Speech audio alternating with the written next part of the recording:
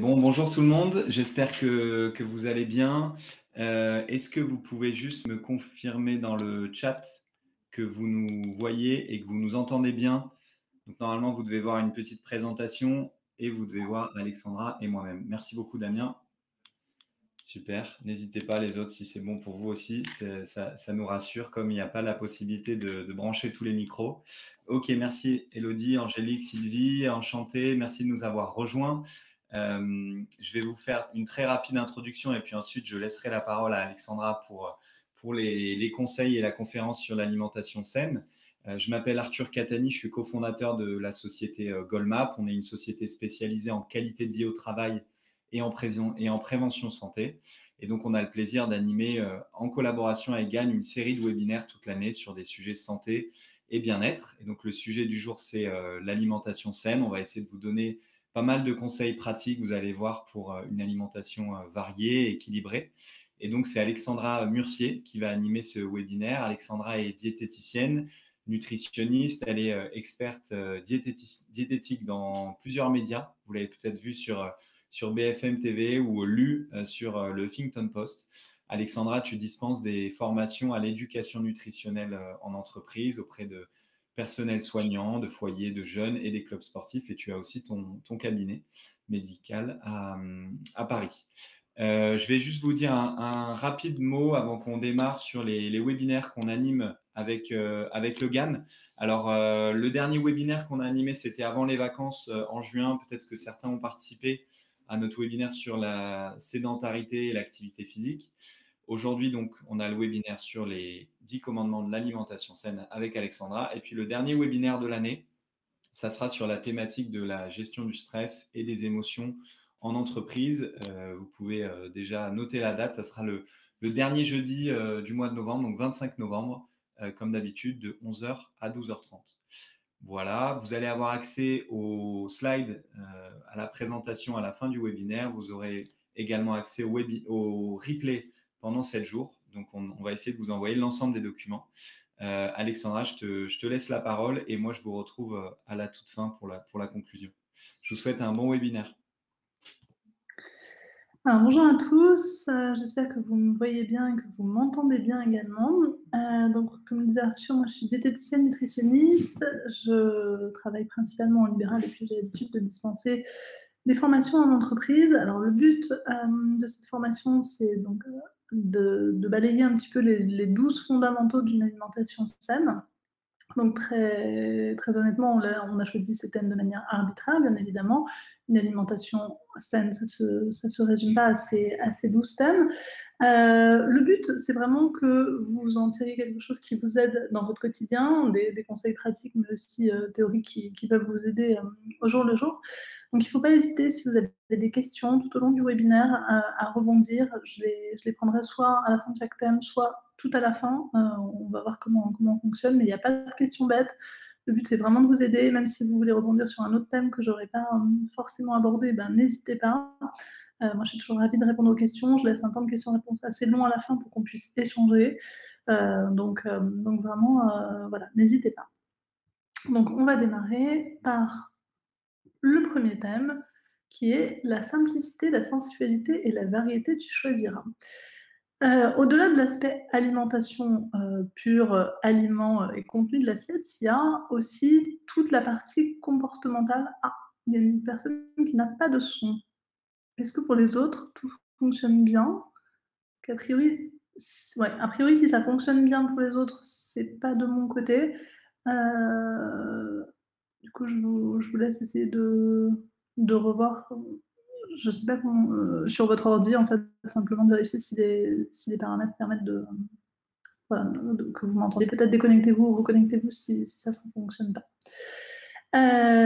Oui, voilà, donc simplement, il y a le contenu de l'assiette, mais il y a aussi tout ce qui entoure le contenu de l'assiette, c'est l'aspect comportemental de l'alimentation. Moi, j'aime beaucoup travailler sur ça parce que j'ai tendance à dire que cet aspect comportemental, les sensations, la manière dont on mange, ben, vont jouer autant sur notre santé quelque part que le contenu de l'assiette en lui-même. Donc, c'est aussi quelque chose à ne pas négliger. Donc, quand je dis simplicité, c'est voilà, sans aller chercher, des choses très, très compliquées, tout simplement des conseils de bon sens, des produits achetés chez le producteur local ou au marché. C'est important de faire attention à la qualité des produits que l'on consomme en fait, hein, au-delà de parfois il y a certaines personnes qui s'intéressent à certains groupes de nutriments, qui retirent certains groupes de nutriments et cetera, mais qui font pas forcément attention à la provenance des aliments qu'ils consomment. C'est vraiment quelque chose qui est très, très important.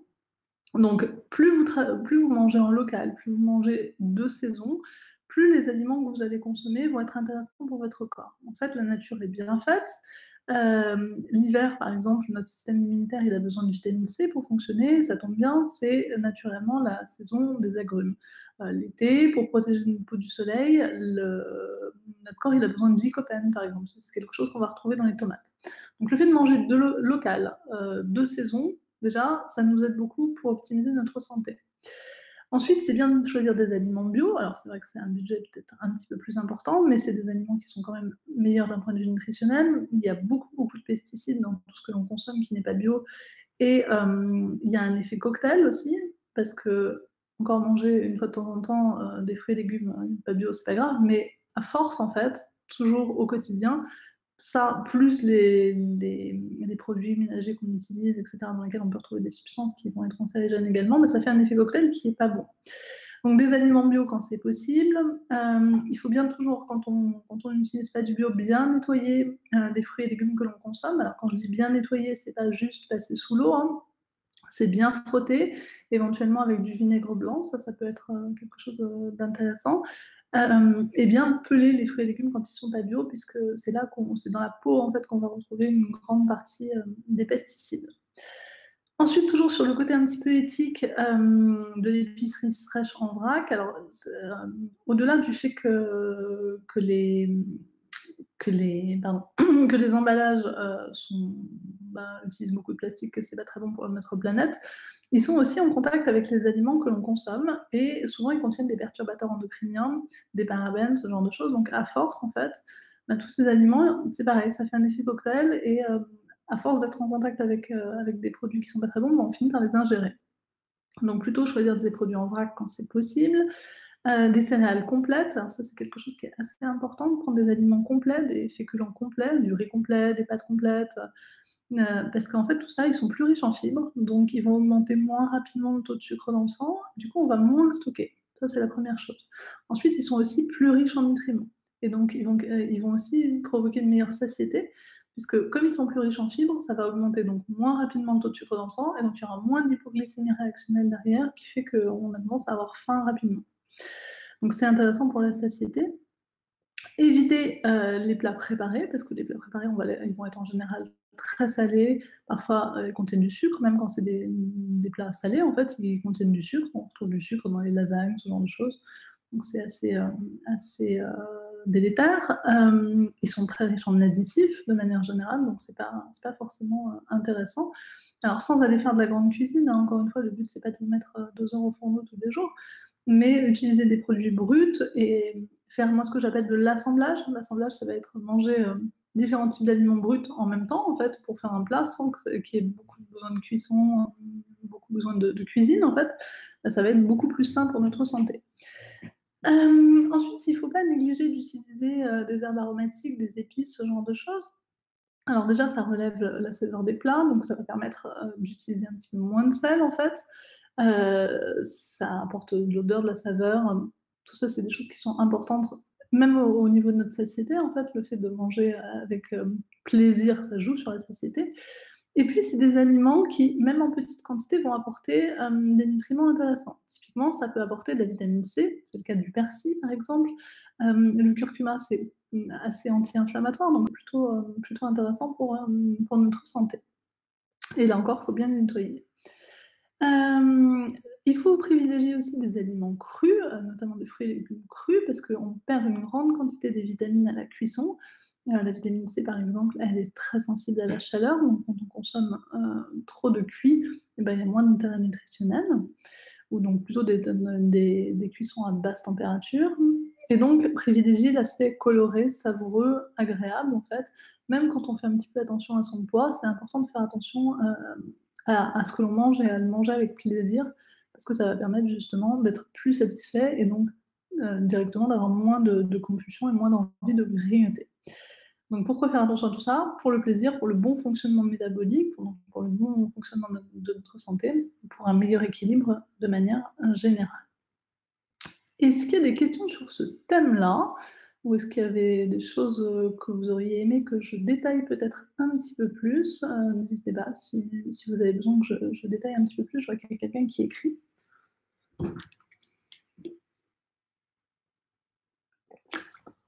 C'est très clair, parfait. On passe au thème suivant. Alors, le thème numéro 2, c'est le bon rythme, tu opteras. Déjà, j'aurais tendance à dire qu'il n'y a pas un seul bon rythme. Il y a le rythme qui convient à chacun. On n'a pas tous les mêmes obligations, on n'a pas tous les mêmes horaires, on n'a pas tous le même appétit en fonction des moments de la journée. Donc, il y a des choses qui se retrouvent, mais il y a des choses qui peuvent être bien évidemment adaptées au cas par cas en fonction de nos contraintes. Alors, on dit souvent petit déjeuner de roi, déjeuner de prince et dîner de pauvre. Ça, c'est un adage qui est assez intéressant. En vrai, c'est intéressant de répartir les aliments de cette manière sur notre journée. C'est ce qui va nous permettre d'avoir le meilleur sommeil, le plus d'énergie sur la journée. Malheureusement, dans le rythme occidental, c'est pas forcément ce que l'on fait. Parce que souvent, on est dans une logique où on prend un petit déjeuner ou pas le matin, ça dépend en fait. Il y a des gens qui sautent le petit déj. Souvent, on mange très rapidement le midi.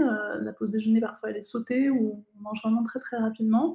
Et puis le soir, c'est le moment où on se retrouve en famille ou où on a simplement envie de se détendre le soir et où on va manger beaucoup plus. Et ça, c'est pas forcément souhaitable parce que ça va perturber notre digestion, notre sommeil, et puis c'est aussi ça qui va faire stocker. Alors l'idéal, moi je dirais que c'est en général 3 repas pris à heure fixe. Il faut éviter de faire des gros décalages dans la journée. Typiquement manger une fois à 11h, le lendemain à 15h, c'est pas forcément souhaitable parce qu'en plus, on va avoir rapidement faim, donc on va avoir tendance à manger en très grosse quantité. C'est pas forcément souhaitable. Le petit déjeuner, vous allez voir qu'on va revenir dessus, mais c'est pas forcément obligatoire non plus. Ça, c'est un idéal que je vous ai donné, mais ça dépend des gens.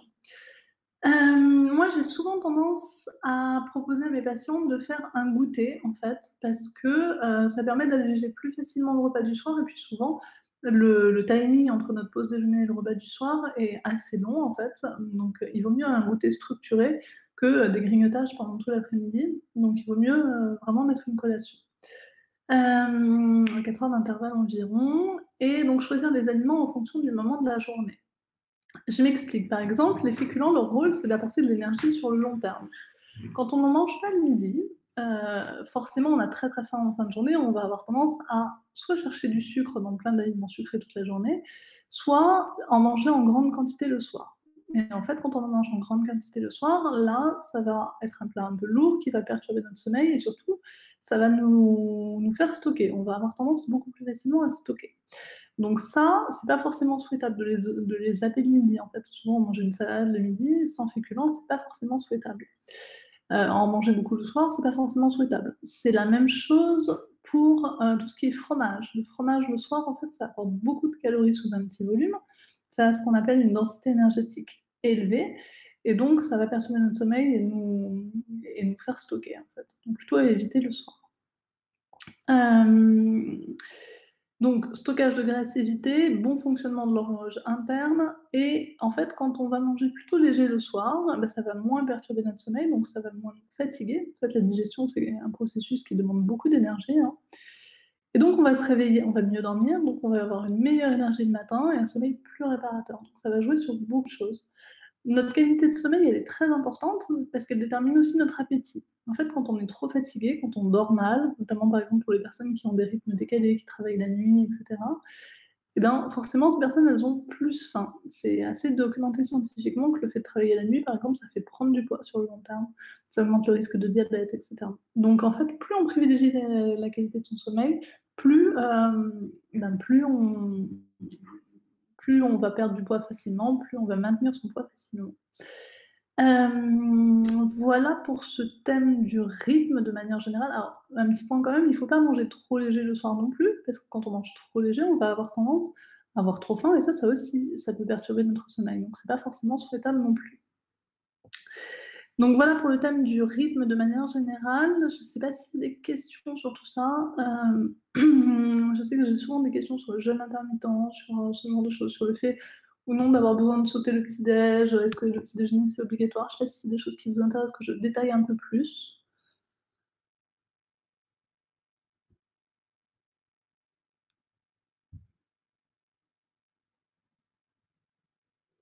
Oui, je veux bien. Alors, le petit déjeuner, moi, j'ai une politique, un peu, pour le jeûne intermittent. OK. Donc je vais vous parler de jeûne intermittent et du petit déjeuner, ça marche. Alors le petit déjeuner, moi, je pars du principe il y a des gens, en fait, qui ont, faim le matin, d'autres qui n'ont pas faim le matin, d'autres pour qui ça peut même être écœurant. À partir du moment où il y a pas de grignotage dans la journée, je trouve pas ça obligatoire du tout de prendre un petit déjeuner. Ça sert à rien de se forcer quand on n'a pas faim, quand on n'a pas envie de prendre un petit déjeuner. Ça a aucun intérêt, pour le coup, de se forcer. En revanche, si on n'a pas très faim le matin, mais que très rapidement dans la matinée on a faim, on a envie de manger, et que là, du coup, on va avoir tendance à grignoter certaines choses, ben, je pense qu'il faut essayer de trouver une solution pour mettre en place un petit déjeuner. Ça peut être mettre en place un petit déjeuner en arrivant au travail, si c'est possible, si, je sais pas du tout si votre lieu de travail s'y prête, mais souvent, moi, je le conseille à des patients, parce que ça peut être une solution intermédiaire qui peut être pas mal. Donc voilà, petit déjeuner, c'est vraiment en fonction de son appétit, en fonction aussi de si on a faim ou pas, si on a envie de grignoter ou pas. Jeûne intermittent, alors le jeûne intermittent, c'est intéressant parce que ça met notre, système digestif au repos sur une longue période, donc ça permet une régénération cellulaire qui est intéressante. Ça permet une meilleure digestion, ça évite les problèmes de constipation par exemple, on a plus d'énergie de manière générale également. En revanche, c'est pas fait pour perdre du poids. Ça peut aider à perdre du poids, mais si on fait ça juste pour perdre du poids, en général, ça marche pas. Notamment quand on a des antécédents de troubles du comportement alimentaire et cetera. Parce que, parce qu'on va avoir tendance à reporter ses apports alimentaires sur les 2 repas et à manger beaucoup plus en grande quantité. Et ça, après, ça peut déréguler un petit peu nos sensations, donc notamment la sensation de satiété, et cetera. Donc c'est pas forcément souhaitable tout le temps. En tout cas, si c'est fait dans un but plutôt thérapeutique, plutôt pour la forme de manière générale, je pense que c'est intéressant. Pour de la perte de poids, un peu moins ou vraiment au cas par cas. Donc voilà pour le petit déjeuner, pour le jeûne intermittent. De manière générale, moi j'ai tendance à conseiller de faire plutôt des petits déjeuners salés ou protéinés pour éviter d'augmenter rapidement le taux de sucre dans le sang et d'avoir faim dans la matinée. Alors, comment peut-on planifier son repas du soir avec une séance de sport tardive? Donc ça, c'est une question qui est très intéressante, qui revient souvent aussi. Alors je dirais qu'il y a 2, enfin il y a 2 possibilités. Soit vous faites une collation 1 heure à 1 h 30 avant votre repas du soir, un petit peu protéinée et vous mangez vraiment très léger en rentrant le soir. Donc ça peut être des tranches, de pain complet avec du jambon, du houmous, ce genre de choses en collation avant et manger par exemple un peu de légumes, un yaourt, un fruit le soir. Ou simplement vous mangez en rentrant, en faisant une collation un peu plus légère, mais là vous allez avoir tendance à, peut-être manger un peu plus. Alors ça dépend en fait vraiment du rythme du sport que vous faites sur la semaine, de s'il y a un objectif de perte de poids aussi ou pas. C'est une logique qui est différente, ça dépend de l'activité en elle-même que vous faites, donc c'est à voir plus au cas par cas je pense. Mais voilà, c'est surtout ces deux logiques-là. Ah, ensuite, il y a des questions.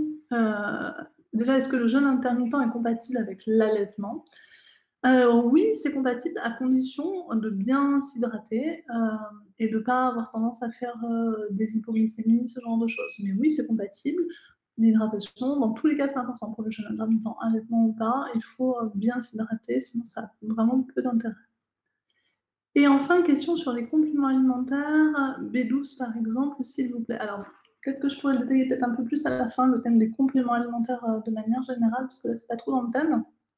La vitamine B12, typiquement, elle est intéressante pour les personnes qui sont végétariennes, surtout véganes en fait, parce que c'est une vitamine qu'on retrouve exclusivement dans les produits d'origine animale, ou pour les personnes qui ont subi une chirurgie de l'obésité. Sinon, c'est pas forcément obligatoire de prendre de la B12. Je sais pas pourquoi vous vous focalisez sur la B12, est-ce que vous êtes végétarienne, Audrey, ou pas? Mais c'est pas forcément ce qui me paraît le plus important. En termes de vitamines, moi, les points sur lesquels je fais particulièrement attention, c'est l'apport en oméga 3.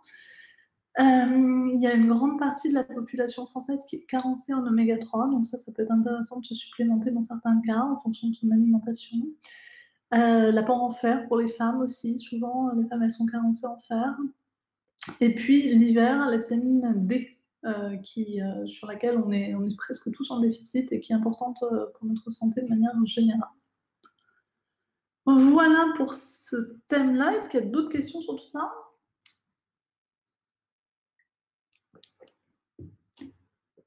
Bon, a priori non, je continue. Alors, donc le thème numéro 3, c'est tu ne négligeras point les fruits et légumes. Donc ça, je pense que c'est évident dans la plupart dans la tête des gens, 5 fruits et légumes par jour, etc. On a compris qu'il fallait en consommer souvent, mais on ne sait pas forcément pourquoi. Donc je vais vous le détailler un petit peu plus, et puis peut-être comment les intégrer à son alimentation un peu plus facilement. Alors, déjà, quelle quantité on doit consommer? Parce que quand on dit 5 fruits et légumes par jour, ça veut dire quoi? Ça veut dire 5 grains de raisin, ça veut dire 5 mangues, qu'est-ce que ça veut dire? Alors la bonne portion, c'est 3 portions de légumes et 2 de fruits. Une portion, ça correspond à peu près à 1 point. Donc une portion de légumes, c'est 1/3 d'assiette, par exemple. Une portion de fruits, c'est un peu plus particulier, ça va être une demi-mangue, ça va être 2 kiwis, ça va être 2 clémentines, ça va être une petite grappe de raisin, ça va être une pomme, etc. Il faut essayer donc de les consommer plutôt bio, ça vous l'avez compris, on l'a dit tout à l'heure, plutôt de saison, parce que ce que je disais, c'est que vraiment ça nous apporte ce dont notre corps a besoin à chaque moment, donc c'est plus intéressant. Donc ça fait à peu près 400 grammes par jour.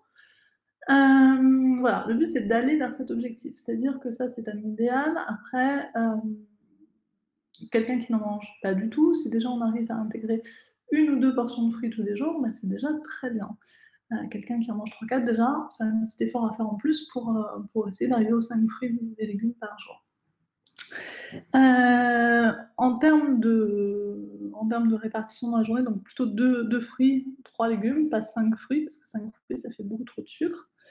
En essayant de garder, moi j'aurais tendance à dire 2 à 3 portions crues et 2 cuites. Voilà. Ça c'est mieux. Donc en répartition sur la journée, ça peut faire tout simplement un fruit au petit déjeuner. Ça peut être une entrée de crudité plus une portion de légumes cuits au repas du midi, et ça peut être une portion de légumes le soir et un fruit en collation, par exemple. Voilà, ça c'est un exemple de répartition dans la journée.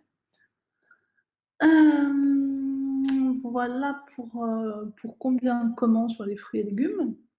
Alors pourquoi privilégier les fruits et légumes? Donc c'est une présence de micronutriments. Les micronutriments, c'est des vitamines et des minéraux qui sont présents dans notre alimentation. Les fruits et légumes, c'est une des meilleures sources de vitamines de notre alimentation. C'est aussi une source de fibres. Les fibres, c'est très intéressant pour notre santé. Alors ça joue déjà sur le confort intestinal, sur le transit intestinal, mais aussi sur la façon dont notre corps va absorber le cholestérol, la façon dont le taux de sucre dans le sang va augmenter. Plus on va avoir une alimentation riche en fibres, plus le taux de sucre dans le sang va rester constant, et moins justement on va avoir de variations de la glycémie qui vont prendre du poids, et moins on va absorber le cholestérol. Donc une alimentation riche en fibres, c'est intéressant pour ces raisons-là. Et puis, c'est aussi une source intéressante d'antioxydants. Les antioxydants, c'est certaines vitamines. En fait, l'oxydation, le stress oxydatif, c'est un phénomène qui est naturel, qui est normal. C'est la respiration cellulaire qui fait qu'il y a une oxydation. Quand notre apport en antioxydants il est égal à l'oxydation, tout va bien. Si le stress oxydatif est plus important que l'apport en antioxydants de notre alimentation, eh ben, ça va créer en fait un vieillissement accéléré de toutes nos cellules. Le stress oxydatif, c'est impacté par la pollution, par le tabac, par le soleil, par le stress, par une mauvaise alimentation, etc. Donc voilà, plus on va manger de fruits et légumes, plus on va avoir un apport en antioxydants important. Ça, c'est la première chose. Et ensuite, ça joue, cette consommation importante de fruits et légumes, ça joue sur le pH de notre sang, sur l'équilibre acido-basique. En fait, notre sang, il a un pH qui doit être équilibré. Quand il est trop acide, ça va augmenter le risque de maladies inflammatoires, type arthrose, ce genre de choses, mais ça augmente même le risque de cancer, d'Alzheimer. Voilà, c'est assez documenté scientifiquement également.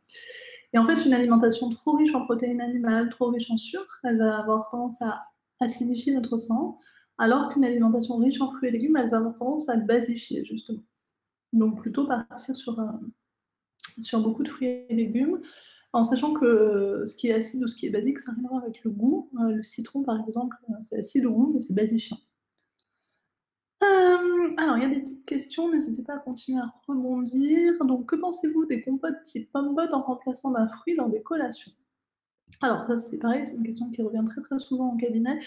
Les compotes, c'est pas même quand elles sont sans sucre ajouté, c'est pas forcément, quelque chose de très intéressant d'un point de vue nutritionnel. Pourquoi? Parce que, bah, déjà, on perd une grande partie des vitamines avec la cuisson et puis je sais pas si vous avez déjà fait des compotes vous-même, mais en fait, ça réduit énormément à la cuisson. Donc c'est-à-dire que pour faire l'équivalent d'un petit pot de compote, vous allez manger l'équivalent de 2-3 fruits. Or, vous mangeriez pas forcément 3 pommes. Donc c'est moins intéressant. Après, une fois de temps en temps, c'est pas grave, mais voilà, ça a pas du tout les mêmes intérêts nutritionnels. Il y a moins de fibres aussi, donc ça augmente justement plus rapidement le taux de sucre dans le sang, ça fait stocker donc plus rapidement, et puis ça donne faim plus rapidement également. Donc ça, c'est pour les compotes. Bonjour, que pensez-vous des aliments fermentés et de la cuisson à la vapeur pour les autres aliments? Faut-il les privilégier? Alors, aliments fermentés, quand ils sont fermentés naturellement, type le chou, ce genre de choses, c'est intéressant d'un point de vue nutritionnel. C'est des aliments qui apportent des prébiotiques, donc qui vont apporter en fait les bonnes bactéries dans notre intestin et rééquilibrer notre flore intestinale. Après, c'est très marketing et il y a pas mal de produits fermentés, qui sont très sucrés. Typiquement, les kéfirs, les kombucha, tout ça. On en trouve qui sont très sucrés, donc là, on perd vraiment l'intérêt nutritionnel, donc c'est dommage. Donc voilà, lire un peu les étiquettes des produits que l'on consomme. Ensuite, cuisson à la vapeur, c'est intéressant, oui, effectivement. Après, il ne faut pas oublier que les matières grasses de notre alimentation, elles sont importantes. On va y revenir après, mais pour notre santé de manière générale, il ne faut pas retirer toutes les matières grasses de son alimentation. Cuisson à la vapeur, c'est souvent un peu triste aussi. Enfin, moi, dans ma tête, et pour beaucoup de gens, ça a aussi une connotation très régime, en fait. Donc, une fois de temps en temps, oui. Après, on peut cuire à la poêle avec un petit peu d'huile aussi, et c'est OK, il n'y a pas de souci à partir du moment où on fait attention à la quantité de matière grasse de manière générale que l'on consomme. Mais une cuisson à la vapeur, c'est vrai que ça préserve une quantité de nutriments intéressante. Voilà. Est-ce qu'il y a d'autres questions sur tout ça? Sur les fruits et légumes de manière générale, sur comment les consommer?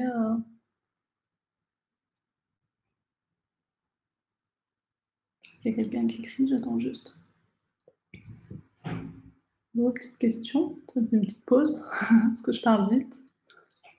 Vous me dites surtout si je parle trop vite, si je vais trop vite sur les slides. Et les oranges sont acides ou basiques? Basiques également. Tout ce qui est fruits et légumes, c'est basifiant. Je vous en prie. Alors, je passe au thème suivant. Donc, le thème numéro 4, la viande, tu modéreras. Donc ça, c'est pareil, je pense que ça commence à rentrer dans l'imaginaire des gens, qu'il faut réduire sa consommation de protéines animales. On a une consommation de protéines animales en Europe, en Occident, qui est beaucoup trop importante. Alors, quelle est la quantité de viande qu'on doit consommer par semaine? Déjà, en ce qui concerne la viande rouge, il faudra en consommer 1 à 2 fois par semaine maximum, entre 250 et 300 grammes. 250 grammes, 300 grammes, ça fait 2 steaks, en fait. La viande rouge, elle est très riche en acides gras saturés, donc c'est ceux qui sont mauvaises pour le système cardiovasculaire, qui bouchent les artères. Donc ça, c'est pas forcément souhaitable d'en consommer trop souvent. C'est pareil aussi assez documenté qu'une consommation trop importante de viande, elle va augmenter le risque cardiovasculaire, mais aussi augmenter le risque de cancer, notamment les cancers digestifs. Donc viande rouge déjà à limiter. Ensuite, la viande blanche, on va en consommer un petit peu plus régulièrement, ça, il n'y a pas de souci. Donc plutôt privilégier la volaille et faire particulièrement attention sur l'apport en charcuterie de notre alimentation. Les charcuteries, en fait, ça apporte déjà beaucoup d'acides gras saturés, encore une fois, donc beaucoup de mauvaise graisse, mais aussi beaucoup de sel. On a une consommation en Europe, en France, qui est beaucoup trop importante de sel. Les recommandations de l'OMS sont aux alentours de 6 grammes par jour. La consommation des Français, elle est entre 12 à 15 grammes. Donc typiquement, c'est beaucoup de sel.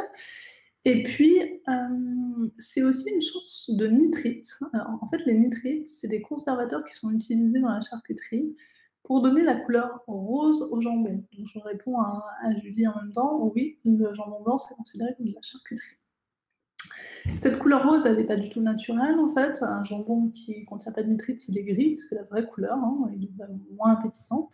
Mais en fait, ces nitrites, donc c'est des conservateurs, mais en même temps, c'est des aliments, enfin, c'est des conservateurs qui sont incriminés dans le risque d'augmentation du cancer de l'estomac de manière très importante. Donc il faut essayer de les consommer, enfin de les éviter, de choisir plutôt des charcuteries sans nitrites. On trouve du jambon sans nitrites, par exemple. Donc charcuterie, alors je reprends peut-être pour détailler un petit peu. Charcuterie, c'est tout ce qui est copa, viande de grison, donc jambon, jambon blanc, jambon cru, les rillettes, ça rentre dans la charcuterie, mais aussi tout ce qui est saucisson, ce genre de choses, les pâtés, ce genre de choses. Y a-t-il de la charcuterie moins mauvaise que d'autres entre rillettes, jambon, pâté, quel est le moins mauvais? Alors clairement, c'est le jambon hein, qui va être le moins mauvais, c'est plus salé, mais il y a moins de mauvais gras. La viande des grisons, elle est très très riche en protéines. À part son côté salé, elle est très intéressante. Mais voilà, c'est pas des aliments qui sont très intéressants d'un point de vue nutritionnel. Ils apportent un peu de fer, beaucoup de protéines, mais beaucoup de sel, beaucoup d'acides gras saturés. Choisir aussi des animaux élevés dignement. C'est vrai que la charcuterie, enfin, l'élevage de la viande de manière générale pose un peu problème de plus en plus.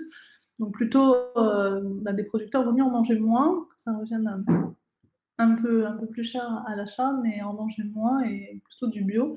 Parce qu'encore une fois, quand vous mangez des animaux qui n'ont pas été nourris avec des produits bio, et ben en fait, vous allez consommer par leur intermédiaire tous les pesticides que eux-mêmes ont consommés, et plus les antibiotiques, ce genre de choses. Et donc c'est pareil, ça fait un effet cocktail qui au bout d'un moment devient vraiment mauvais. Est-ce que ça va? Je pense, on a détaillé. Maintenant, alors donc pourquoi réduire la consommation de viande? Déjà pour la planète, hein, il faut savoir que en fait l'agriculture bovine, elle demande énormément d'eau en fait, donc ça pollue énormément. Ça crée des gaz à effet de serre, de la déforestation, il y a cette utilisation de pesticides qui est très importante, etc. Et donc pour la santé, alors c'est vrai que les protéines d'origine animale, elles possèdent tous les acides aminés, donc on absorbe très bien ces protéines, mais elles contiennent du fer aussi, mais on trouve ces micronutriments et ces macronutriments dans d'autres aliments, hein. On peut consommer plus de poissons, des œufs, plus de légumineuses, tout ça. Donc voilà, ça ne veut pas dire qu'on va être carencé en fer si on réduit sa consommation de viande. Pour la prévention des maladies cardiaques, ça permet, voilà, le fait de consommer moins de viande, ça réduit le risque cardiaque, ça réduit y compris aussi le risque de diabète. Enfin, c'est une recommandation de l'OMS, hein, le fait d'être à deux fois de la viande rouge par semaine. Ça augmente, comme je disais tout à l'heure, le risque de cancer. Donc voilà. Alors, par quoi faut-il remplacer la viande si l'on n'en consomme pas ou très peu? Eh bien, tout simplement par du poisson, des œufs ou des protéines d'origine animale, type soja, type, en choisissant bien, hein, parce que ça, pour le coup, ça peut ne pas être très, très bon non plus pour votre santé, mais et puis toutes les protéines végétales, type légumineuses, qui sont intéressantes pour notre santé. Quel est l'impact de diminuer la consommation de viande chez les enfants afin d'éviter les carences? Alors, ça, c'est intéressant. C'est un sujet qui est très clivant, il y a un peu deux camps sur tout ça, et à chaque fois, ça crée un gros débat. Ce qu'il faut savoir, c'est que les enfants en France sont pratiquement jamais carencés en protéines et jamais carencés en fer. C'est très très rare. Donc diminuer la consommation de viande chez les enfants, ça les expose pas forcément à des carences. Alors ce qui peut les exposer à des carences, c'est un régime végétarien exclusif ou vegan exclusif. Mais si on leur fait manger un peu moins de viande, un peu de poisson et des œufs, un peu de fromage par-ci par-là, tout va bien, il n'y aura pas de carence au niveau des enfants. Donc c'est pas un souci du tout. En sachant aussi que souvent dans les cantines, il y a un repas végétarien par semaine en fait, et que le reste du temps ils ont de la viande ou du poisson tous les jours. Donc on est déjà largement enfin on couvre déjà complètement leurs besoins en protéines et en fer. Donc il n'y a pas de souci. Est-ce qu'il y a d'autres questions sur la consommation de viande de manière générale ou est-ce que c'est bon? Eh ben, je crois qu'a priori c'est bon, alors on va continuer. De toute façon, on pourra revenir dessus à la fin si c'est nécessaire pour vous. Alors donc, on passe sur les autres protéines. Poisson, œufs, produits laitiers, tu sélectionneras. Alors, combien, comment, même chose, à quelle quantité, quelle quantité et à quelle fréquence faut-il en consommer? Donc l'idéal, ça serait d'être au moins sur 2 portions de poisson par semaine, dont un poisson gras. Ça, c'est pour l'apport en oméga 3. Poisson gras, c'est tout ce qui est thon, saumon, maquereau, sardines, hareng. Malheureusement, on consomme beaucoup de thon et de saumon. Ça, c'est des poissons qui sont très pollués, qui absorbent beaucoup les métaux lourds qui sont présents dans la mer. Ça, c'est vraiment particulièrement mauvais pour notre santé. En revanche, tout ce qui est petits poissons gras, type maquereau, sardines, il y a les mêmes apports en oméga 3 que le thon et le saumon, mais ils sont beaucoup moins pollués. Donc, ils sont beaucoup plus intéressants pour notre santé. Donc, ceux qui sont à privilégier, c'est vraiment ces petits poissons gras, pas les gros.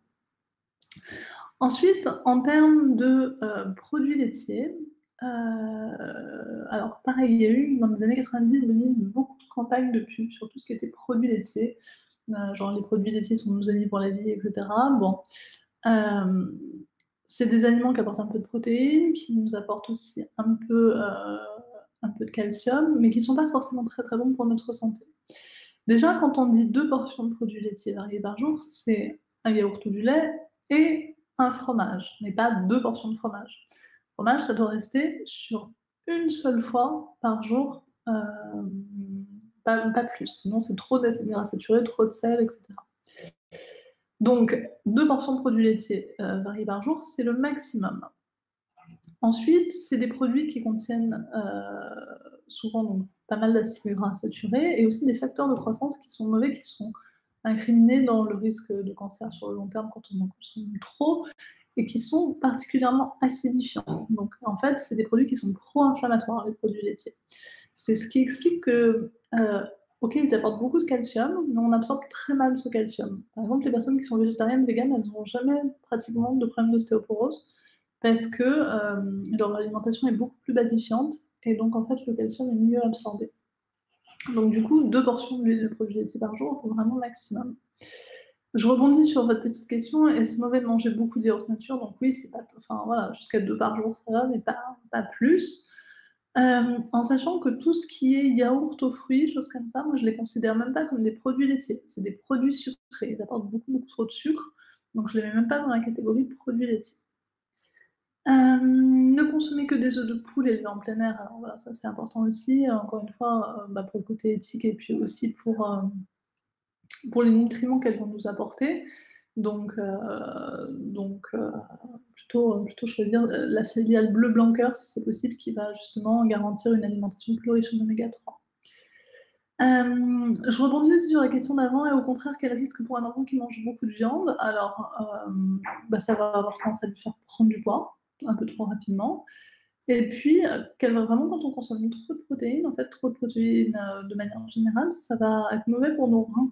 Bon, après, là, il faut en manger beaucoup aussi hein, pour que ça soit délétère, mais il faut faire attention. Et puis, mathématiquement, s'il mange que de la viande, en fait, il ne mange pas de poisson, par exemple, et ben, vous allez avoir moins d'apport en oméga 3. Et ça, c'est important pour son système neurologique, principalement. Donc, en fait, le fait de moins diversifier son alimentation, bah, forcément, on couvre moins bien ses besoins en vitamines et minéraux, et donc c'est moins intéressant pour la santé de manière globale.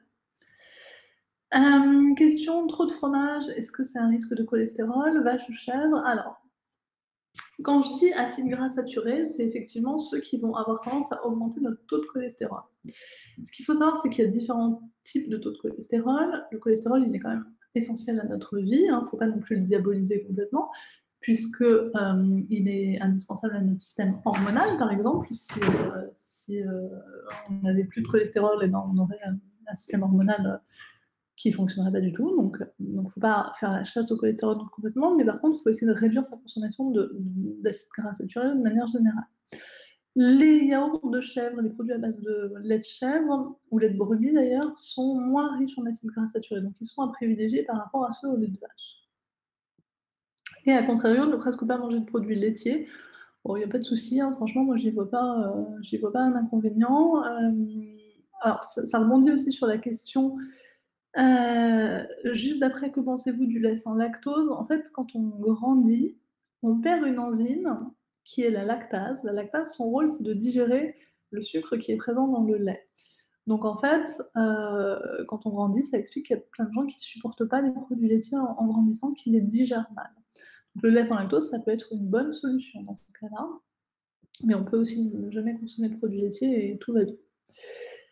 Comment avoir de l'oméga 3 si on est végétarien? Alors les oméga 3, on les retrouve aussi dans certaines huiles végétales, donc on va le voir un petit peu après. Mais on peut alors soit se supplémenter, soit prendre des compléments alimentaires d'oméga 3, soit effectivement faire particulièrement attention aux huiles que l'on consomme. Et dans ce cas-là, on couvre correctement ses besoins en oméga 3. Les anchois, oui, ce sont bien des poissons gras. Et non, ils sont pas trop pollués, donc vous pouvez en consommer. En revanche, ils sont en général très salés. Pourquoi donc protéines autres que la viande? C'est ce que je disais tout à l'heure. Oméga 3, vitamine D, calcium. Alors c'est vrai que les œufs, c'est une des seules sources alimentaires de vitamine D. Alors la vitamine D, c'est donc la vitamine qui est synthétisée par notre peau grâce au soleil. Très franchement, on ne peut pas couvrir son besoin en vitamine D via l'alimentation, il faut se supplémenter l'hiver. Mais voilà, ça fait une petite quantité de vitamine D quand même, et du calcium, et donc ça, je l'ai expliqué un petit peu mieux tout à l'heure. Est-ce qu'il y a d'autres questions sur tout ça? Ou est-ce que c'est bon pour vous? A priori, je pense que c'est bon sur les protéines de manière générale. Alors, on va passer au thème d'après, qui est aux protéines végétales, tu penseras. Donc, voilà, si on est dans une logique de réduction un petit peu de sa consommation de protéines animales, eh ben, il faut pouvoir compenser avec les protéines végétales.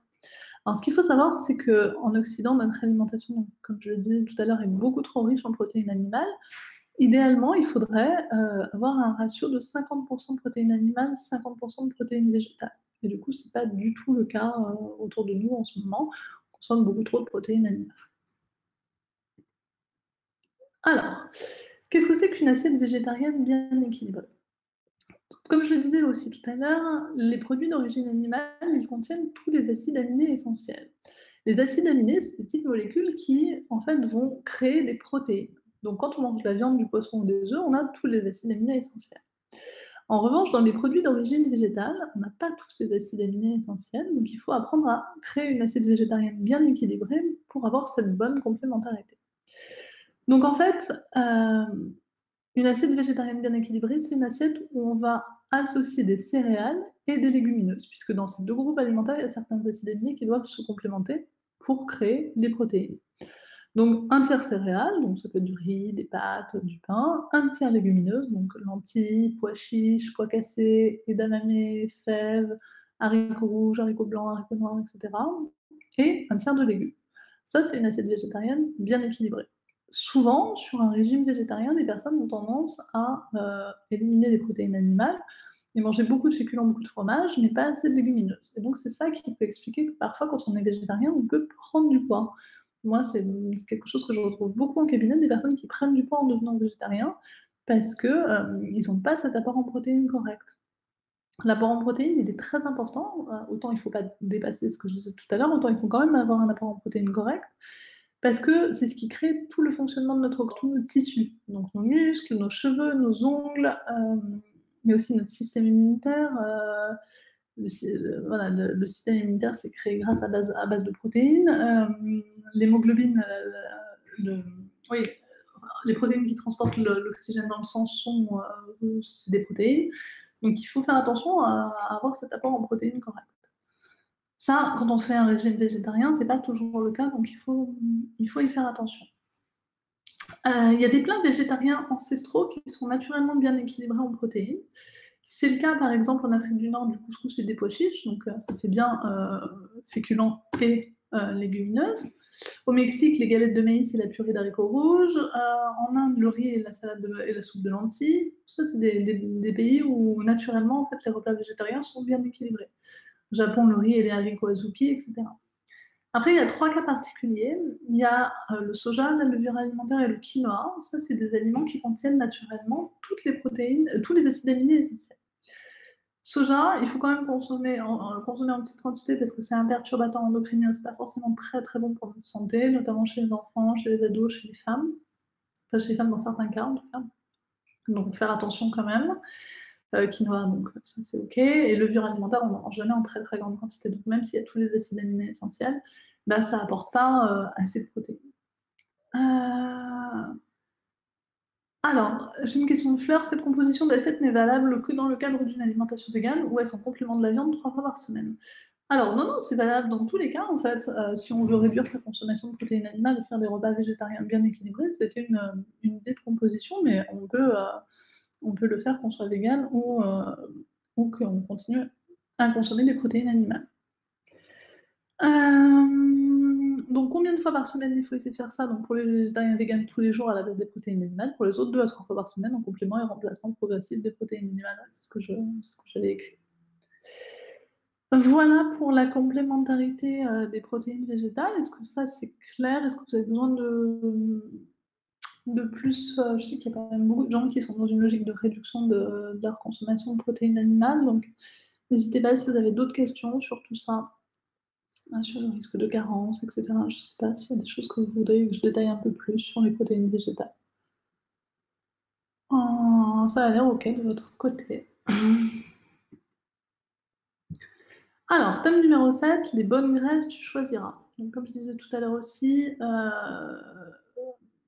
alors, les graisses, de manière générale, c'est un groupe alimentaire, les matières grasses, qui a été un peu diabolisé dans le passé. Pareil, il y a pas mal de régimes où on réduisait beaucoup, beaucoup le gras. Alors qu'au final, les molécules de gras, elles sont indispensables à notre santé. S'il y a un truc à réduire vraiment de manière drastique, c'est le sucre, c'est pas le gras. Et donc faut pas le diaboliser, il est vraiment indispensable à notre santé. Alors, donc les graisses, qu'est-ce que c'est? Donc les graisses, c'est les lipides de notre alimentation. Déjà, c'est une source énergétique très importante. 1 calorie de lipides, 1 gramme de lipides, pardon, ça apporte 9 calories. 1 gramme de protéines ou 1 gramme de glucides, ça apporte 4 calories. Donc c'est des aliments qui sont caloriques déjà. C'est des aliments qui apportent certaines vitamines, comme la vitamine E, qu'on retrouve pratiquement que dans les matières grasses. Donc, très intéressant, la vitamine E, c'est un antioxydant justement. Et puis les acides gras essentiels, donc comme les oméga 3 qu'on voyait tout à l'heure, qui sont indispensables pour le fonctionnement de notre cerveau. Les différentes graisses, qu'est-ce que c'est? Alors les lipides, de quoi ils sont composés? Il y a 3 groupes, je dirais. Il y a les acides gras saturés, donc c'est ceux dont je vous parlais tout à l'heure, c'est ceux qui sont mauvais pour notre système cardiovasculaire, c'est ceux qu'il faut essayer de consommer en plus petite quantité, c'est ceux dont il faut réduire la consommation. Il y a les acides gras monoinsaturés, donc les oméga 9 qu'on va retrouver dans l'avocat par exemple. Donc eux, en quantité correcte, ils sont protecteurs de notre système cardiovasculaire. Et ensuite, il y a les acides gras polyinsaturés, donc les fameux oméga 3, oméga 6, qui sont, surtout pour les oméga 3, à consommer en plus grande quantité. Il faut faire particulièrement attention au rapport entre les oméga 3 et les oméga 6. En Occident, notre alimentation, elle est trop riche par rapport elle est trop riche en oméga 6 par rapport aux oméga 3. Ça a pour conséquence que c'est aussi pro-inflammatoire. Donc il faut rééquilibrer notre alimentation en apportant plus d'oméga 3 et moins d'oméga 6. Et ensuite, il y a les acides gras trans. Donc ça, c'est un processus chimique qui fait qu'on incorpore de l'oxygène dans certaines matières grasses pour apporter de la légèreté à certains produits, un côté un peu aéré. Donc on va retrouver dans les viennoiseries, dans les gâteaux, dans les mousses, ce genre de choses. Ça, c'est une mention qu'il faut essayer de chasser au maximum de son alimentation quand vous faites les courses.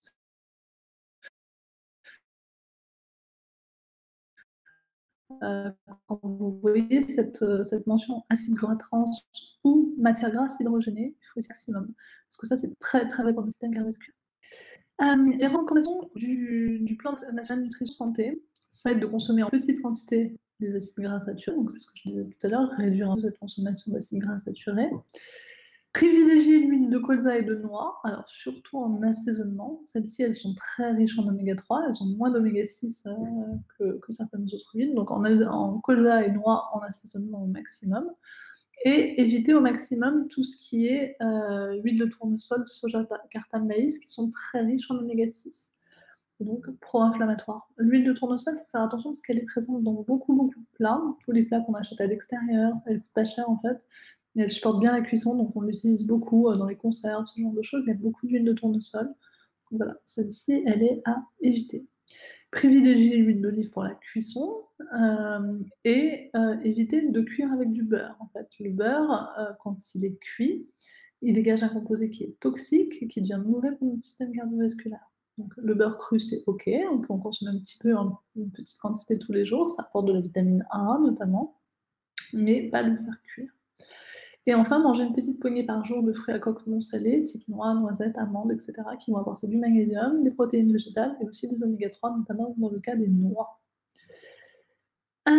Voilà pour les matières grasses. Alors, les fruits à coque viennent souvent de très loin. Est-ce que vous avez des alternatives à part la noix de Grenoble? Alors effectivement, je suis assez d'accord, c'est des aliments qui viennent de loin, qui sont pas forcément tout le temps de saison.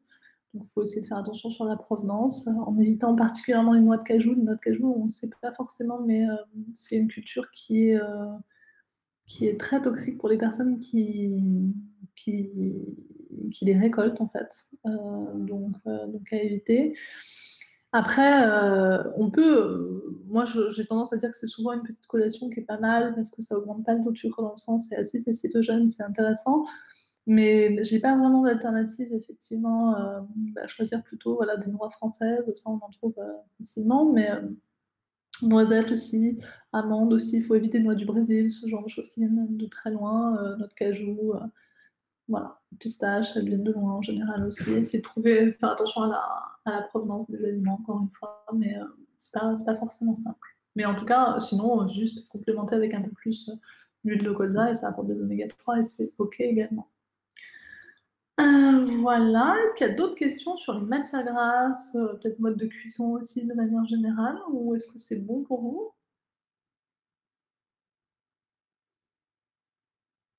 Il y a quelqu'un qui crie encore?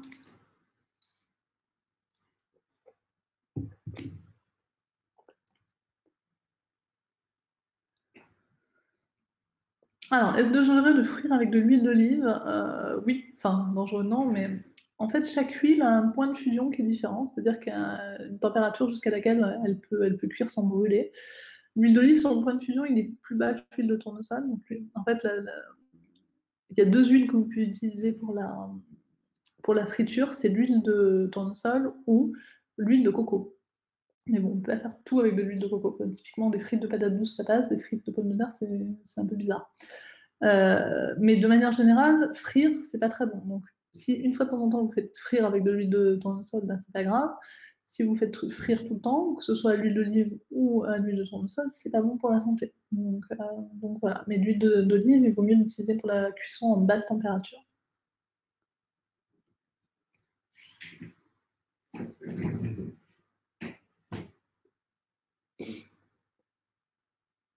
Je vois qu'il y a quelqu'un d'autre qui est en train de nous écrire, donc j'attends un petit peu. N'hésitez pas hein, si vous avez besoin de rebondir. C'est toujours avec plaisir.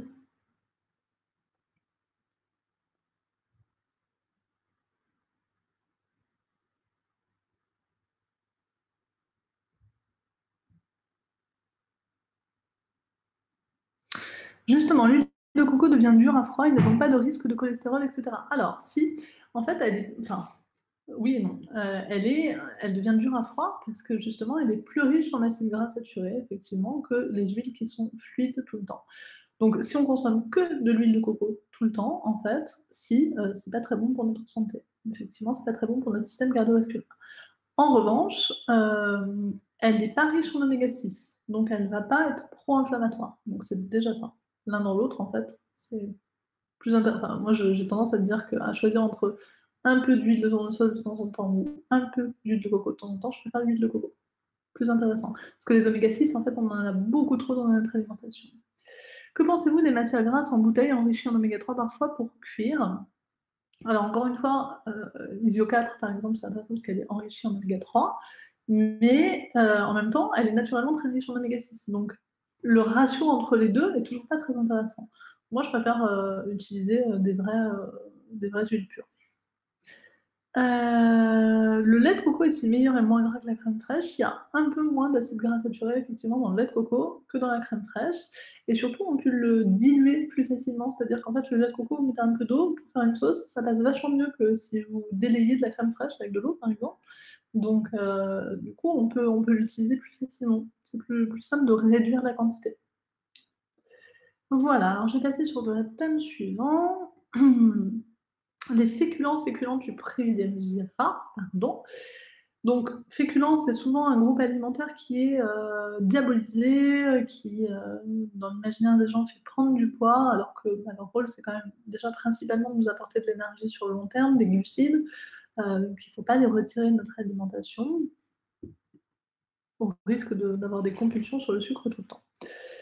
Donc déjà, les féculents, qu'est-ce que c'est? Ben, c'est de la famille des glucides, donc c'est tout ce qui est céréales, légumineuses, donc tout ce qui est riz, pâtes, semoule, mais aussi lentilles, pois chiches, pois cassés, tout ça. Les légumes racines et les tubercules. Donc tout ça, c'est des aliments qui sont riches en glucides. C'est des aliments qui sont végétaux et qui sont riches en glucides complexes, donc qui apportent de l'énergie sur le long terme. Combien? Comment les consommer? Quelle quantité?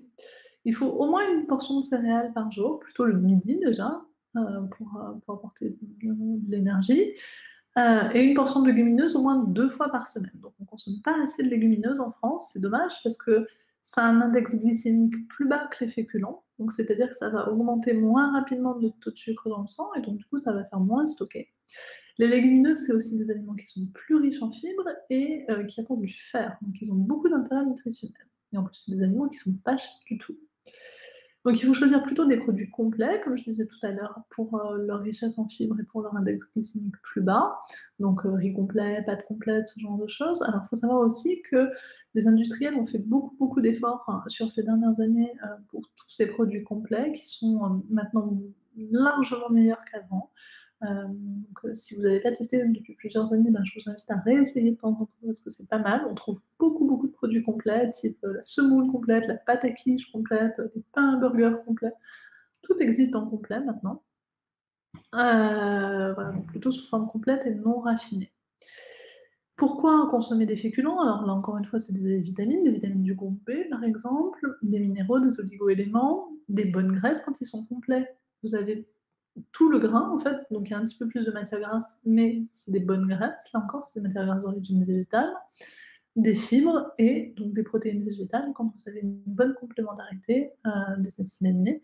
Et donc, voilà, ça va dans une logique de réduction des protéines animales, donc c'est plutôt quand même assez intéressant pour notre santé, de manière générale. Après, on peut, quand on a envie de perdre du poids, réduire un peu la consommation de féculents le soir, en les laissant le midi, hein, ça c'est vraiment important de les laisser, mais en réduire un peu sa consommation de féculents le soir. Typiquement, éviter le plat de pâtes le soir qui va apporter beaucoup de glucides sous un petit volume. Quelles céréales pour le petit déjeuner sont moins mauvaises que la moyenne des marques classiques?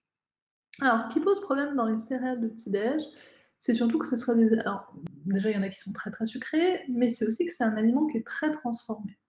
Plus on va transformer un aliment qui contient des glucides, plus on va élever son index glycémique. Donc, plus on va élever sa capacité à faire augmenter le taux de sucre dans le sang. Ce qui fait qu'on a faim derrière.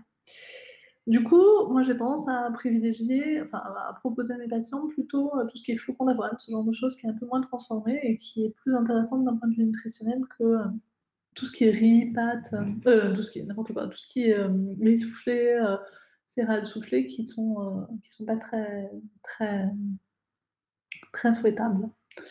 Donc voilà, et sinon éviter les céréales de petit-déj, plutôt partir sur des tranches de pain complet avec du beurre, c'est plus classique et au final, c'est meilleur pour notre santé. Voilà, est-ce qu'il y a d'autres questions sur les féculents de manière générale? A priori non. Je continue. Alors le sucre tu éviteras, n'hésitez pas, hein, si vous avez des questions, il y a quelqu'un qui écrit, je rebondirai dessus après. Donc le sucre tu éviteras, alors notre consommation en France de sucre, elle est encore une fois beaucoup trop élevée, en Occident de manière générale. Donc le sucre c'est un vrai fléau, hein, ça, c'est évident. La consommation recommandée par l'OMS de sucre rapide, c'est 25 grammes par jour, c'est 6 cuillères à café. Donc ça, on y arrive très très vite. On retrouve du sucre à peu près dans tout, hein, dans les céréales de petit-déj, dans les compotes, dans les plats préparés, dans tout le sucre qu'on rajoute dans nos aliments, etc.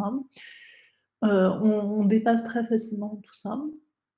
Pourquoi c'est important? Parce que ça augmente le risque de diabète, le sucre, ça augmente le risque de maladies dégénératives type cancer, Alzheimer, mais encore une fois, ça augmente le risque d'obésité.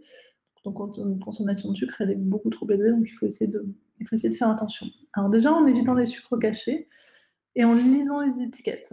La mention sur laquelle il faut faire attention, c'est glucides, dont sucre. C'est normal de retrouver des glucides dans les aliments, c'est pas normal de retrouver du sucre dans des aliments normalement salés déjà. Et puis quand vous avez le choix entre 2 gâteaux, 2 trucs, qui contiennent des glucides, ben, choisissez celui dont la mention glucides, dont sucre est la plus basse.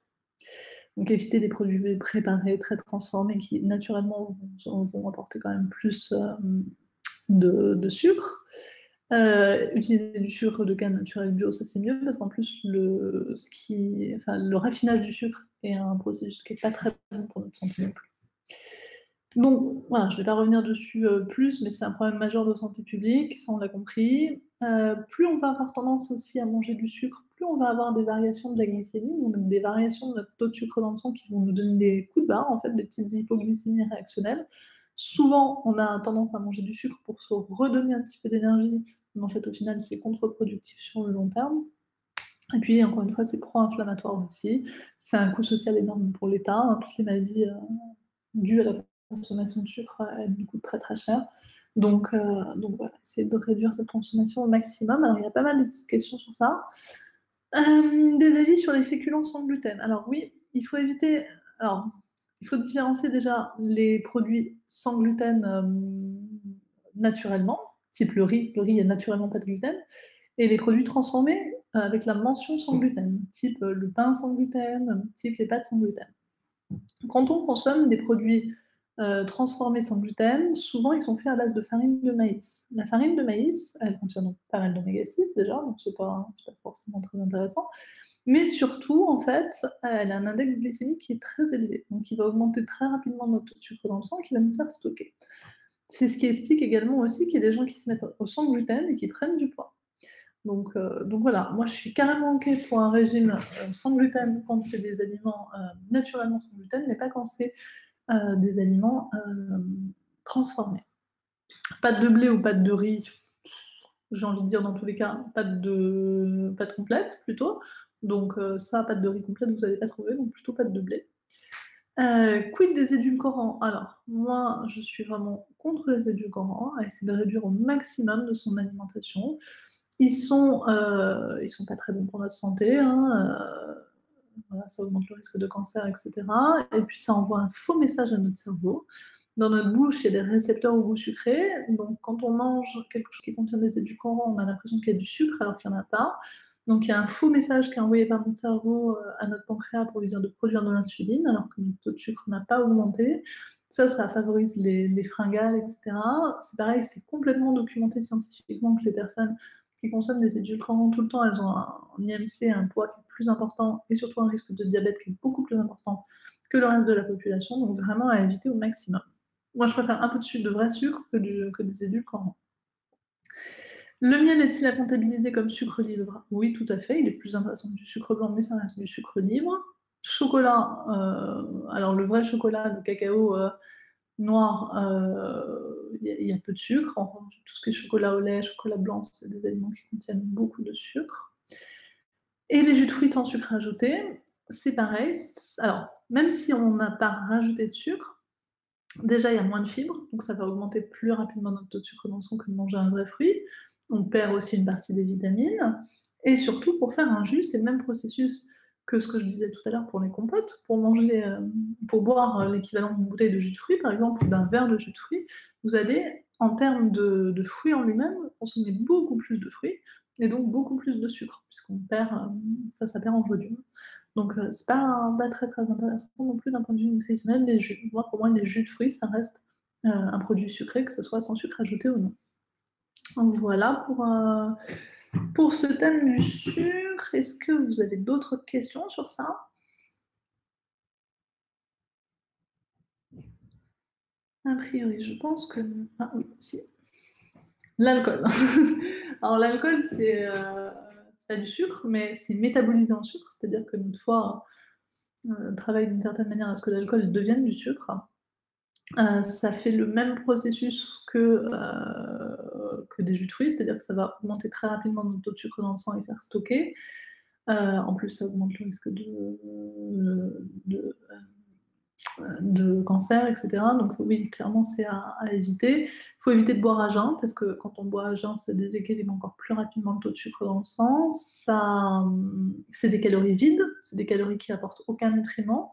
Et puis, dans la tête des gens, en fait, boire, c'est pas manger, donc ça fait pas prendre du poids, alors que si, ça contribue beaucoup à la prise de poids de beaucoup de gens. Donc, à essayer de réduire au maximum aussi, hein, c'est sûr. Notre consommation d'alcool, elle est un peu trop élevée en France. Le vin est-il meilleur que les alcools forts? Non, pas spécialement. Enfin, tout est une quantité, hein, tout est une question de quantité. Une petite dose de whisky égale un verre de vin, en fait, en termes d'alcool. Alors, dans le vin rouge, il y a un petit peu de polyphénol qui vont être un peu protecteurs de notre système cardiovasculaire, mais quand on va boire un verre de vin de temps en temps par-ci par-là, dès qu'on commence à avoir une consommation quotidienne, pour le coup, c'est pas souhaitable, enfin, c'est pas bon pour notre santé dans tous les cas. Voilà pour l'alcool. Alors, je passe sur les. Il nous reste 3 thèmes. Pour qu'on ait un peu de temps pour les questions-réponses à la fin. Donc, ton équilibre acido-basique, tu le maintiendras. Donc, ça, je l'ai détaillé un petit peu tout à l'heure, mais je vais revenir dessus. Donc, l'équilibre acido-basique, c'est donc le pH de notre sang. Il est indispensable au bon fonctionnement de notre organisme. Quand on a un pH trop acidifié, donc c'est pro-inflammatoire. Et donc, ce qu'il faut retenir, c'est qu'il y a deux choses principalement qui sont très acidifiantes, c'est le sucre et les protéines d'origine animale. Donc voilà, adopter une alimentation plus végétarienne, ça va être moins acidifiant pour notre pH.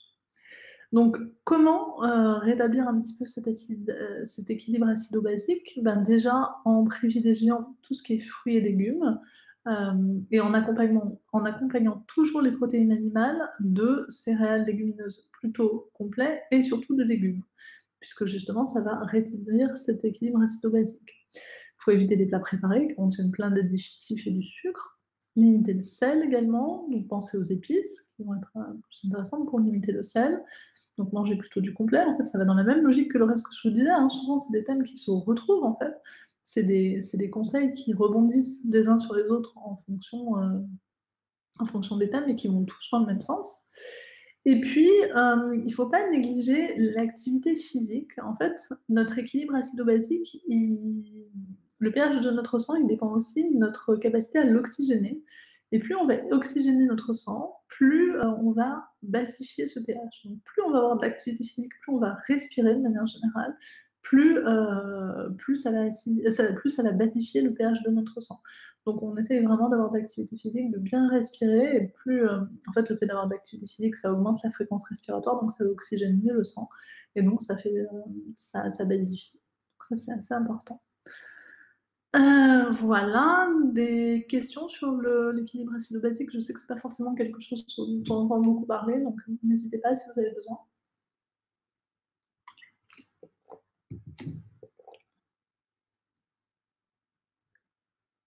Bon, a priori non.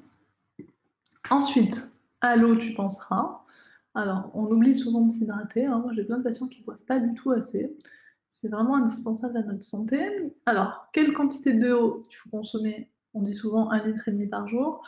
En réalité, ça dépend aussi de beaucoup de facteurs. C'est-à-dire que y a certaines situations où il faut boire plus, quand on est enceinte, quand on allaite, quand on fait du sport, quand la température est très élevée. Il faut bien évidemment boire plus qu'1,5 litre.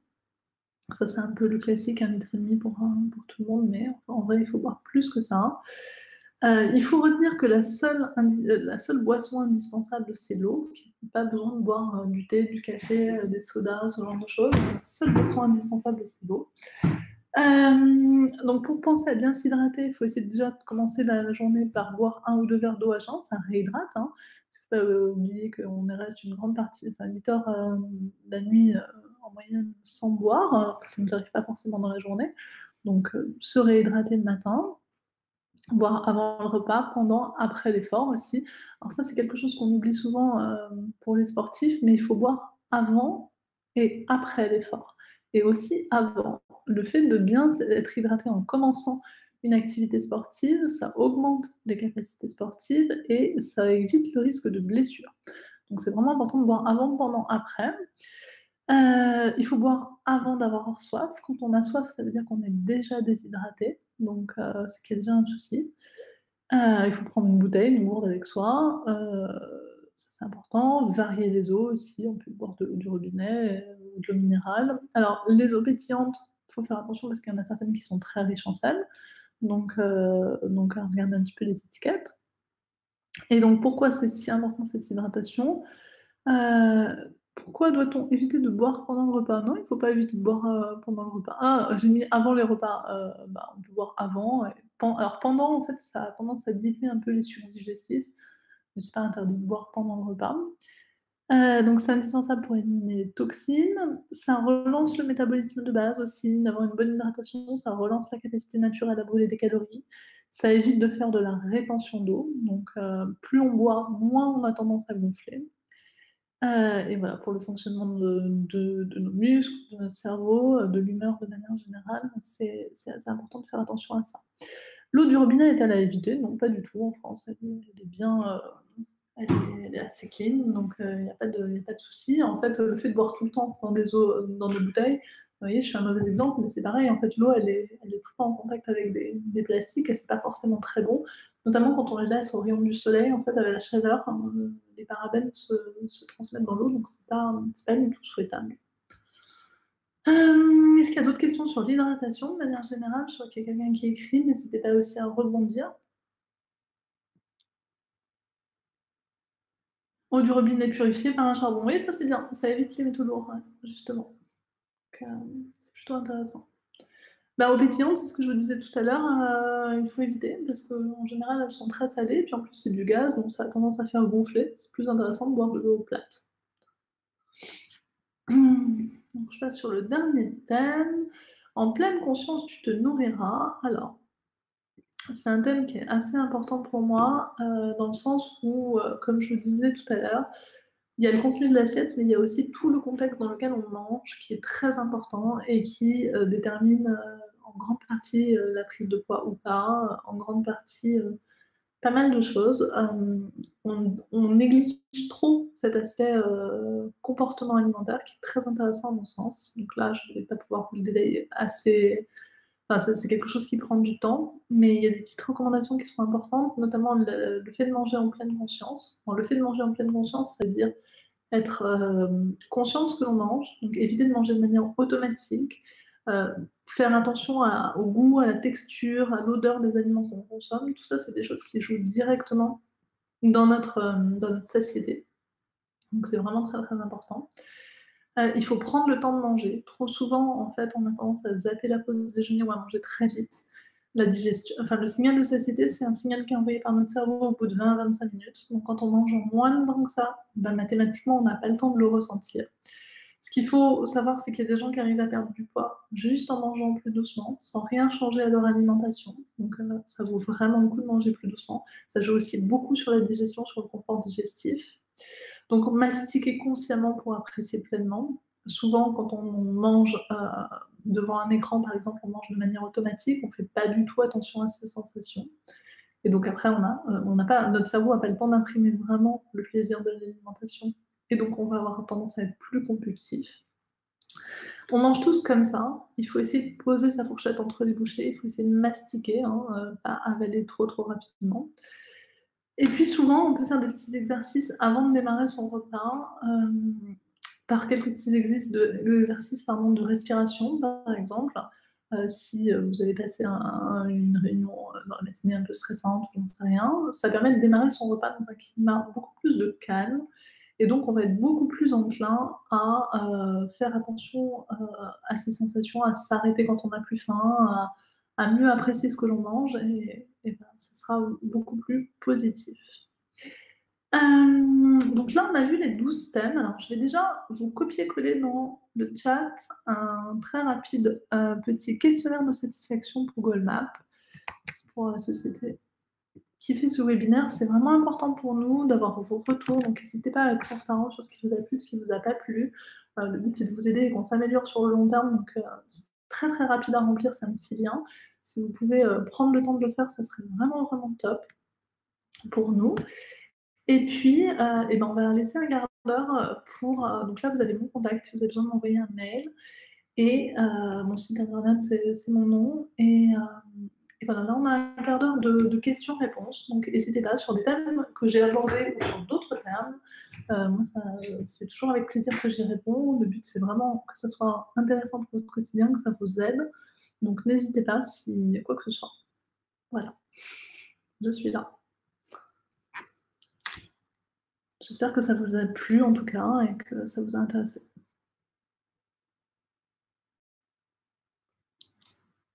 Il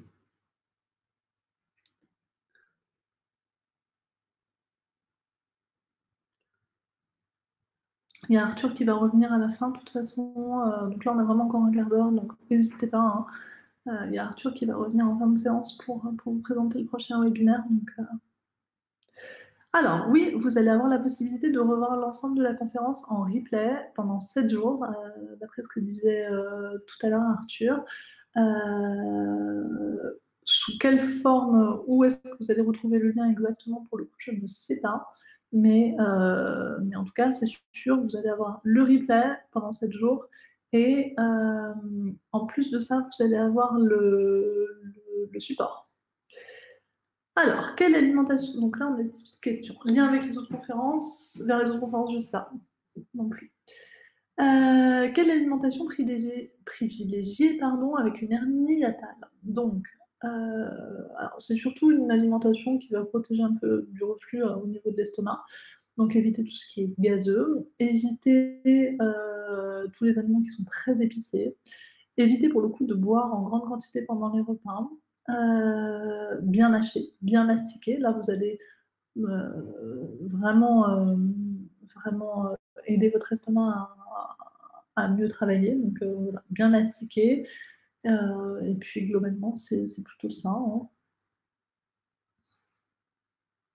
Merci, Alexandra, et bon appétit. J'ai une petite remarque. Oui, Corinne, je vous écoute.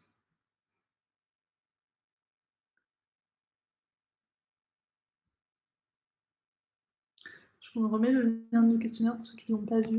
Si vous pouvez me remplir tranquillement, c'est top.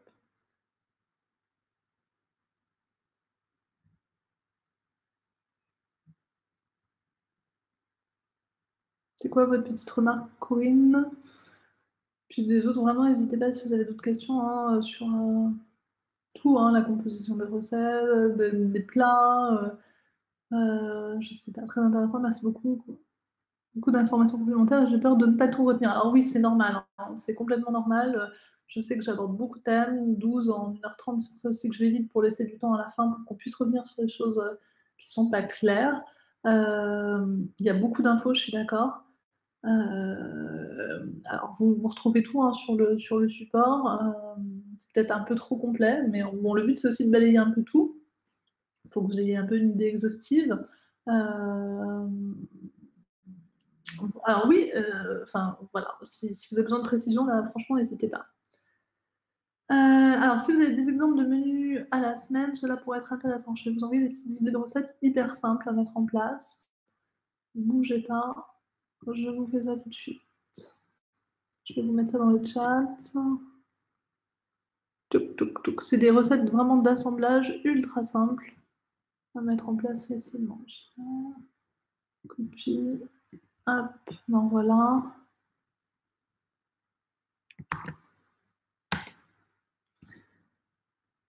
Hop. Votre avis sur le jeûne intermittent 16-8, c'est ce que je vous disais tout à l'heure. Alors là, c'est le jeûne intermittent où vous jeûnez pendant 16 heures, c'est ça? Moi, je trouve que c'est une plage horaire qui est très très longue quand même. Ça dépend vraiment de vous. En tout cas, pour la digestion, c'est clair que ça remet vraiment le système digestif au repos, donc c'est pas mal. Après, voilà, il faut voir si vous n'avez pas trop de fringales, si vous ne mangez pas trop en trop grande quantité sur les autres repas, c'est vraiment du cas par cas, il faut voir. Mais c'est sûr que c'est pas mal pour la santé de manière générale. Pouvons-nous réutiliser ces thèmes et contenus en communication à nos clients? Alors pour le coup, je sais pas,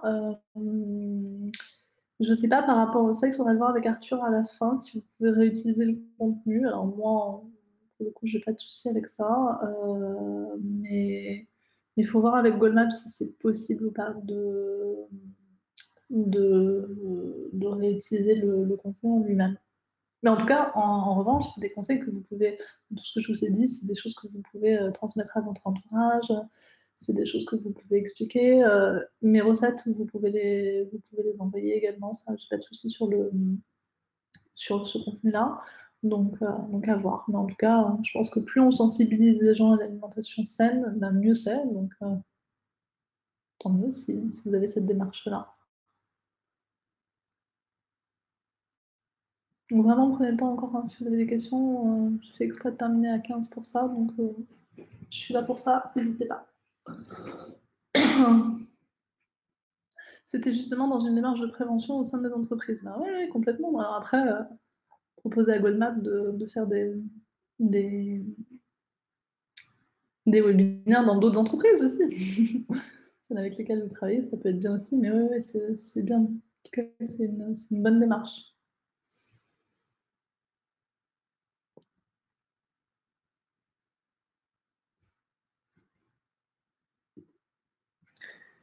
Bah, j'ai l'impression que j'avais plus trop de questions. Si, ah, il y a quelqu'un qui écrit encore. Ah, il y a Arthur. Alexandra, j'en profite. Je vais vous mettre aussi le lien dans le chat du prochain webinaire, du dernier webinaire dont on a parlé là au tout début sur la Mmh. gestion du stress. Je vous mets le lien dans le chat. Donc, si vous voulez vous inscrire, ça sera à peu près le même format, 1h30 le jeudi, comme ça entre 11h et midi et demi. Je vois que il y a eu pas mal de questions, Alexandra, sur l'utilisation des supports. Il faudra qu'on voit. N'hésitez pas, Elodie, à nous envoyer un peu plus de détails sur la demande et Mmh. on regardera aussi avec Damien de l'Auto. Alexandra, peut-être, est-ce que tu veux conclure, toi, sur. Bah, écoutez, moi, en fait, on a rebondi sur pas mal de questions tout au Ouais, long, thème par thème. Donc, si vous n'avez pas d'autres questions, ben, c'est que ça a été clair a priori. Je ouais, crois qu'il y avait, enfin, il y a une personne qui nous disait qu'il y avait beaucoup, beaucoup d'infos, donc, ouais, ouais, ouais, ouais, qu'elle c'est pourrait sûr. récupérer de toute façon au moins le contenu. Si vous Mm. avez besoin de précision, vous n'hésitez pas à me faire un mail, hein. Moi, c'est toujours avec plaisir que je réponds. Et puis voilà, j'ai été ravie en tout cas de partager ce moment avec vous. J'espère que ça vous a plu. Pensez à bien remplir le petit questionnaire si c'est possible pour vous. Ouais. Et voilà, de mon Ben, côté. merci beaucoup, Alexandra. Bah, C'était avec grand comme d'hab, c'est super intéressant. Effectivement, c'est assez dense parce que en fait, c'est un webinaire d'introduction sur l'alimentation. Il y a plein de choses à vous raconter, mais voilà, on espère que ça vous sera utile surtout et que vous allez pouvoir mettre en place quelques bonnes habitudes dans votre quotidien. Et puis sur la partie contenu, vous inquiétez pas, vous allez avoir accès au replay là pendant 7 jours. Donc, si vous avez raté un petit bout ou si vous voulez vous rappeler une petite slide, vous allez avoir ça. Vous avez un petit livret pédagogique aussi sur l'alimentation saine qu'on vous a préparé, les slides de la présentation. Donc, vous pouvez avoir plein de documents là pour vous faire un récap. Merci beaucoup, Angélique, Nico, Corinne. Encore une fois, merci à Damien pour la confiance du GAN sur ces webinaires. Alexandra, je te dis à très vite.